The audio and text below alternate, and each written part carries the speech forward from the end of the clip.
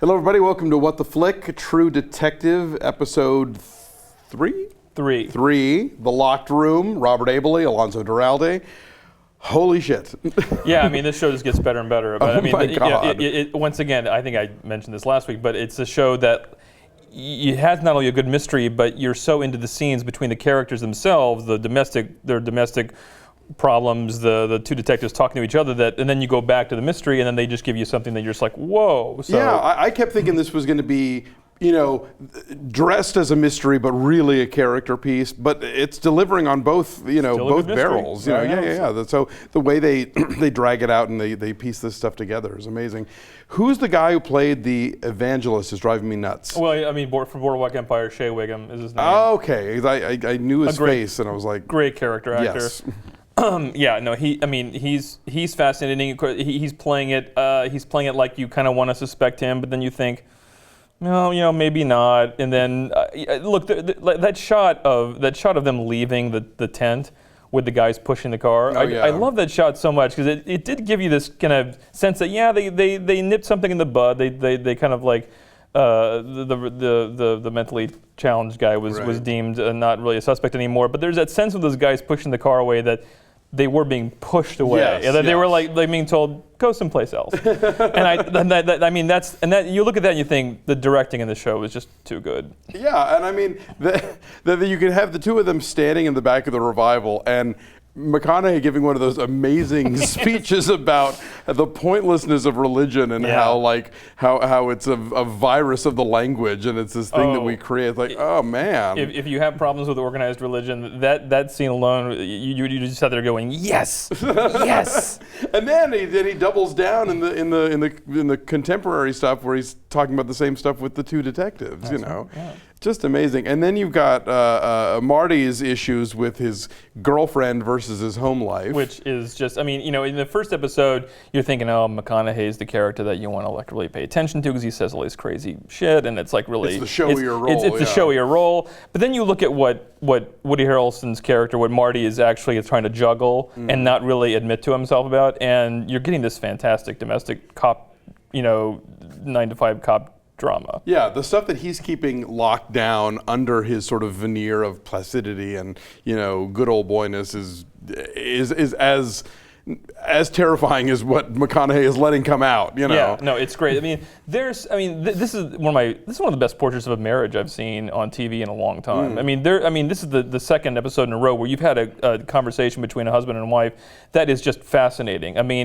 Where both sides are given equal weight. They both make interesting points. She's obviously like you kind of side with her because you know what's going on with him and he's screwing everything up. But they reveal themselves in fascinating ways. They show how they're both kind of still playing into something that they may not quite believe in anymore. Right. But they've got these, they got kids and they've got something they want to hold on to. It's just a scene like their bedroom talk is so good that you do forget that there's a serial killer murder mystery. It's amazing that the show can do this. Yeah, because usually when you have cop and wife, your choices are either naggy wife who doesn't want to work such long hours and worries that he's in danger, or you get sort of gung-ho wife who knows what she signed on for and is like, you go out there and get him, honey. And this was so much more human and multidimensional and God, I love Michelle Monaghan. She is great. She is one of my favorite underrated actresses right now. If there were any justice in this world, Kiss Kiss Bang Bang would have made her a star. So I'm so glad she's got this meaty role now, on this very high-profile show. Yeah. And I love how, again, this is a show that still will never stop and define anything for you. I was Googling, the bone they mention and Also, there was a sense that when she calls Rust because he's gone because her husband's gone off to beat up a guy, but she doesn't know this. Right. But she knows something's up. That conversation I have is really interesting because it is very they don't really explain anything. But I think what she's doing there is she's saying, "Where's my husband? Yeah. Do you know where he is? Right, what's the station telling you?" And he's kind of and he's playing very cool. He's kind of going, he's both not telling her what he obviously knows and thinks, but also letting her know your husband's not you're probably being lied to by the cops. Yeah, no, there's a lot of between the lines dialogue there, and he does rightly say, of course they don't tell me anything because he is the outsider there. And then you have their daughter acting out with the crazy like sex drawings. Yeah, the one aspect of I've been loving the writing on the show, but I did think. Every time they said mowing the lawn, you're thinking about something else. So it's like I just thought that was almost a little too on the nose. I mean, that he's mowing the lawn and the suggestion there was a bit. It was funny though. I mean, it was like.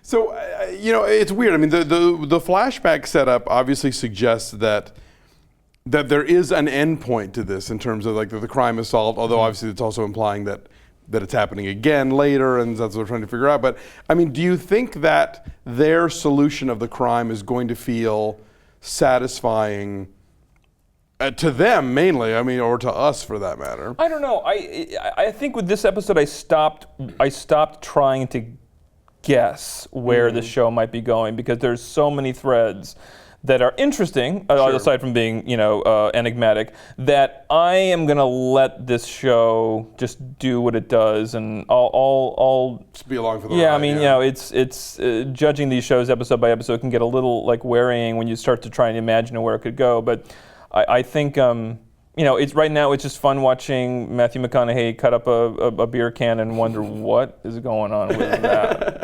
Well, and what the hell is up with that last shot of the guy with the gas mask and the jockstrap and the tattoos? And then it freeze frames. Yeah, like what? It looked like the Bigfoot footage, the famous like Bigfoot footage. Right. I wonder. That's like this isn't just a background thing. Like, pay attention. This is going to matter later. Like. Okay, how? But the freeze frame right before the credits, they freeze on him for like that was interesting choice. It's like how they used to end Police Squad. Yeah. I also love the other great bit of directing is in the Roadhouse scene where the date. I love that the moment Matthew McConaughey starts talking about synesthesia and how. He sees, I see a color and I might get a taste in my mouth. And then at that moment is when Woody Harrelson sees the girl, basically saying now he sees a girl and probably gets a taste in his mouth about like something that he has to go deal with now. That is just, that's just fantastic directing. Yeah, this is an extraordinary piece of television, and so far, yes. It's exciting to watch it unfold, and we'll be back to talk about more next week.